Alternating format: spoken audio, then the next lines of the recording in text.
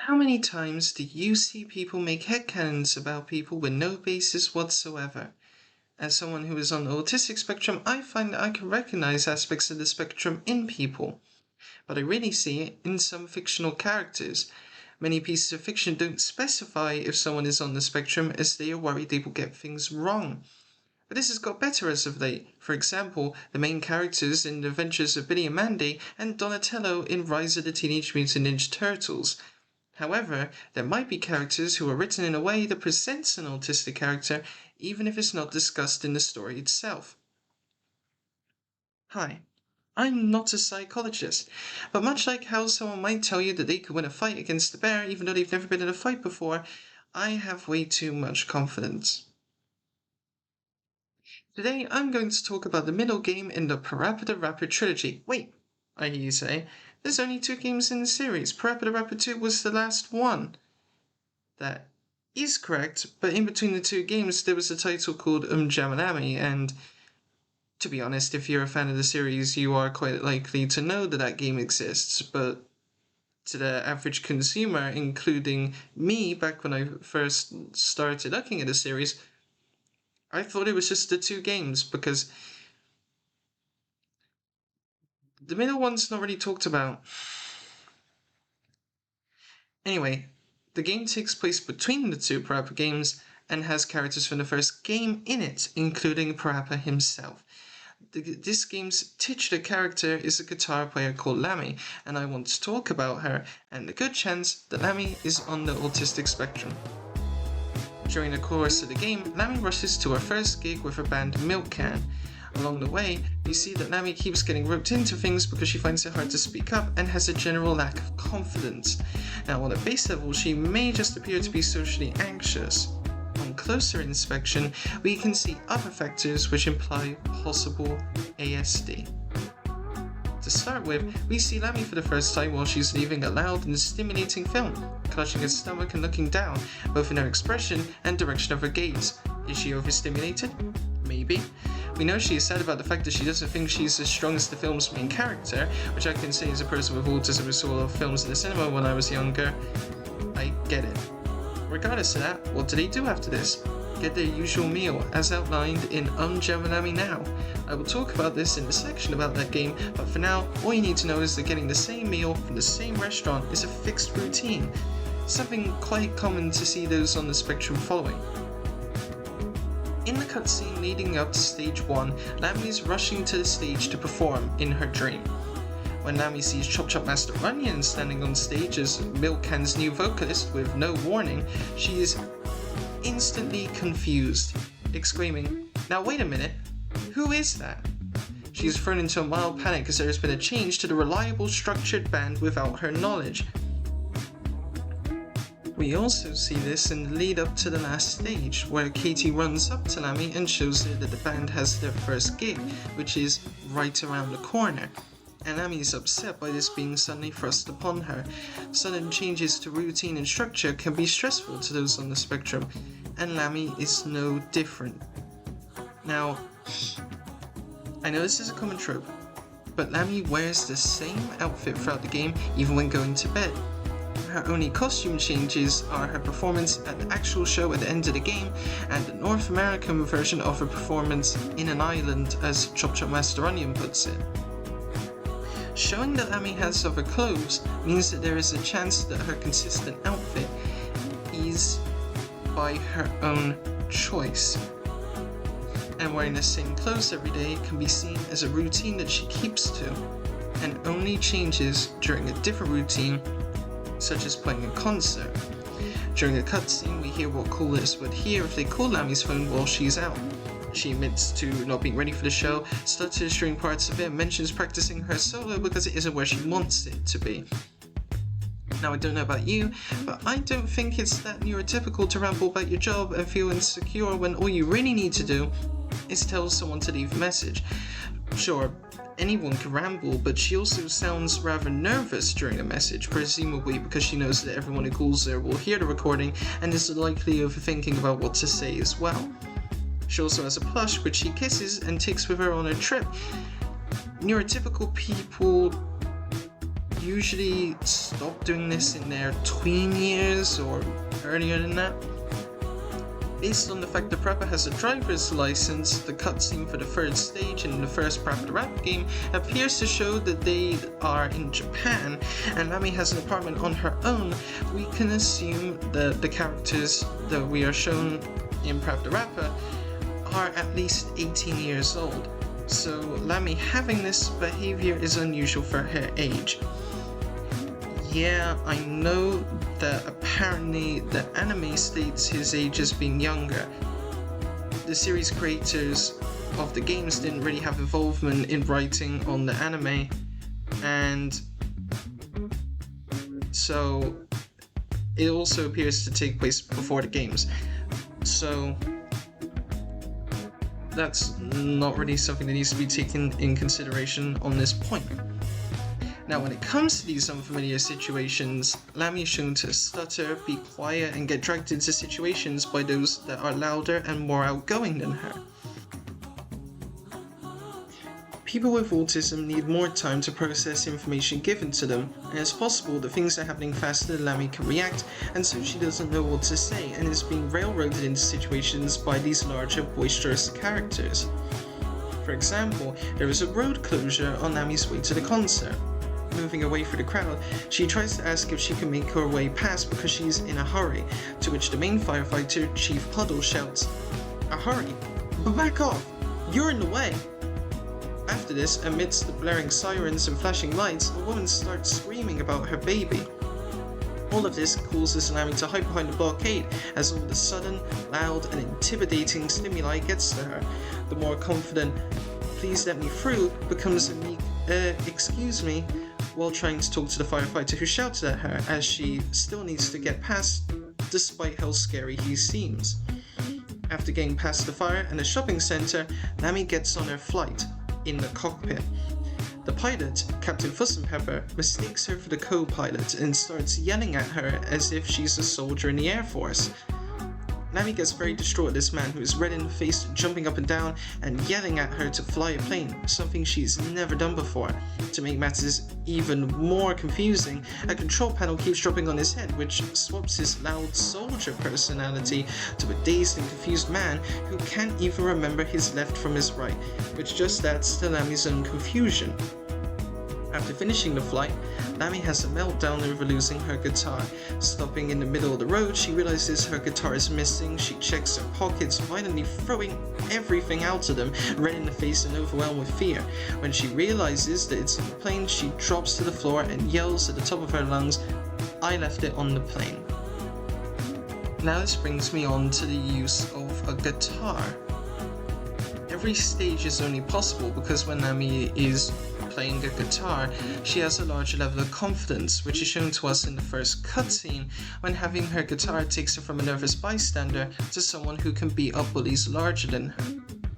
Now, a hyper-fixation, which is an extreme interest in the topic, thing, or hobby, is a common thing for someone with autism to have, and usually is something that makes the person feel better when doing or discussing it. As Lammy goes on about guitars when talking to a shop owner about getting a new one. Lammy is only really shown to have confidence when using a guitar, holding a guitar, or making the situation about a guitar, which she does as perceiving objects as guitars. The use of a guitar is also interesting, as it can be a repetitive movement, sometimes known as stimming, to play a guitar, and Lammy does these movements with everyday objects like a fire hose and a chainsaw as a coping mechanism in order to get through these unfamiliar situations she finds herself in, implying that she stims to calm herself down and get through the stages as she is approaching it in a familiar way, by playing a guitar. In fact, when she finds out that she's been playing a vacuum for a stage, she stops playing and starts to panic. When Chop Chop Master Onion asks what she's afraid of, she replies, "Well, look at my guitar." Her self-esteem and confidence drop in an instant, and it's all because she doesn't have her guitar. Now, in the arcade game Jammer Lammy Now, we see a two-part interview with Lammy, and this is where we see a whole lot of evidence in what is basically one sequence. However, before that, I also have to mention the section about Joe Chin's music store. which is an advertisement spot that plays during the attract mode of the arcade game. At the end of the segment, he poses with the members of Milk Can. Lammy looks concerned about this big public appearance, because what could be worse for someone with social anxiety than being on television with no guitar and nothing to distract her from the ad? As you know, she has to face down the camera. But after a supportive smile from Katie, Lammy manages to perk half a smile. Now, the main section of the analysis of Um Jammer Lammy now.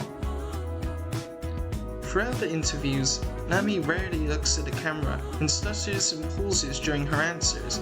She does this interview on a bench in the park, as opposed to the loud and over-the-top Katie Cat, who is interviewed on a stage as a show is being set up, filled with noise, people working all around the place, and Chop Chop Master Onion even interrupts the interview, shouting right at the camera.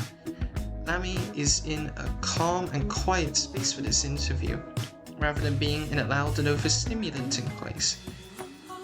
Lammy admits that she gets shy during public interactions, and she talks at length about her social capabilities in the second question. She says, "I do feel disadvantaged sometimes, because I'm not very good at talking to people unless they are, they are my good friends like Katie and Marsan. But I don't know, maybe people don't know what I mean if I don't speak up that often, so I guess I sometimes get in trouble." This singular answer is one of, if not the largest piece of evidence in any official media with Lammy in when it comes to this argument. Number 1. She is only good at talking to people she knows well. Note that she doesn't talk about being nervous or shy, she says about being good at talking.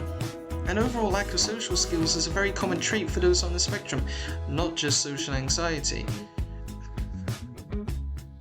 Point 2. She doesn't speak up that often.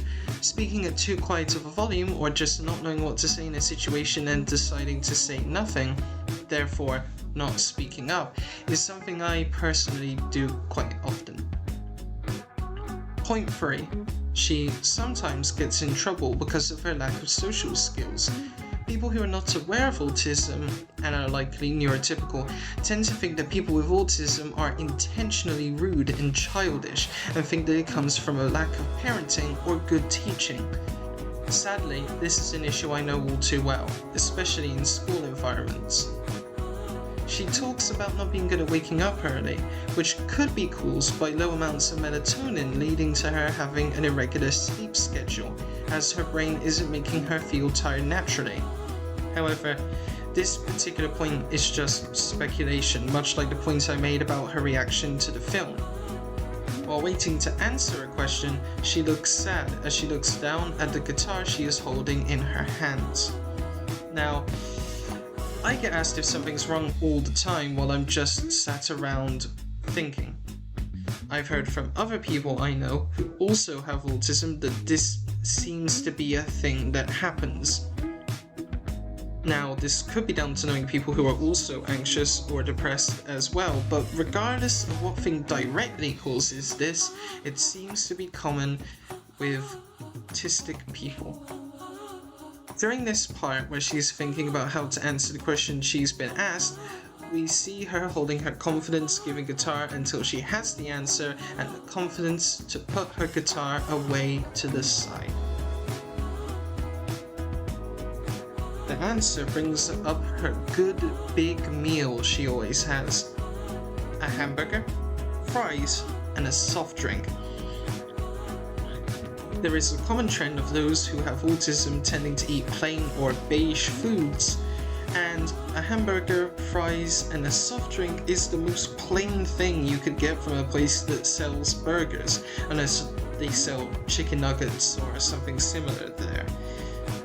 As previously stated, this is also a routine she repeats whenever she goes there, and routines are a key autistic trait. Lammy says that she might buy lots of guitars with the money she gets from the album. Collecting things that relate to something you hyperfixate on is another common autistic trait. Just look at canonically autistic character Lucifer Morningstar from Has Been Hotel, who collects and makes rubber ducks. And we also see Lammy make a guitar in stage 5. Here is where we start to see logical, matter-of-fact answers to questions. People on the spectrum can have very logical minds. She says that she writes songs when she's sad, when she's happy, or when she's having a good time with Katie and Masa. When asked if she's satisfied with the album, she says that she kind of likes it a lot, which this script might show that I downplay my opinions like this as well, as she plays it a lot at home, and not because of the quality of the album or something else. She also stumbles over her words again when giving a shout out. To round off the evidence, she says that the high points of the album are the music and the rhythms. Not a specific track, not a performance or a vocalist, it's the music and the rhythms. After everything else, need I say more? Sadly, there is no chance that Lammy will be confirmed as autistic or not, and it comes from a bad place. Autism is still quite stigmatized in Japan, so if they confirmed it at the time, sales would have been hit hard, and the franchise is unlikely to get new stuff after decades of nothing but an appearance from Parappa in a fighting game and a remaster of his first game in 2017, and even that was just the PSP version scaled. But I'll hope to see the day when Japan isn't so critical of those on the spectrum, and maybe then we'll hear something. Speaking of Parappa, he has self-esteem issues. There are likely other things going on, but the focus of this video was on Lammy, so that's all I have to say on him for now. So, if you enjoyed this particular look into the character Lammy, I am possibly planning on having other episodes like this down the line, talking about other characters. That will only come when I find characters that work for this format. You know, I'm not going to force that idea on characters. I'm not going to go out my way to look for characters. It will only be something that is done when it is necessary, because a lot of the time it's obviously not. But the point is I obviously wanted something to be there to show, yeah, I am completely certain about this character. So, what's the next video that can be expected? The next video in this format, as in this video essay presentation style thing, isn't going to be a second spectrum discussion. Instead, it's going to be one where I take a look at as many Sonic the Hedgehog games being fit into as few possible timelines. This includes a lot of games. I mean, obviously it doesn't include the really distant spin-offs, you know, like Waku Waku Sonic Patrol Car, Sonic Eraser, Sonic the Hedgehog Game World on the Sega Pico. Like, were you really expecting those to fit in the timeline? Sega Sonic Popcorn Shop, that's not going to be in there. There are some niche ones in there though. Like Sonic Battle and the Sonic Rivals games, you know, stuff that is a bit more niche. But yeah, that one should be interesting. So, I'll see you for the next one.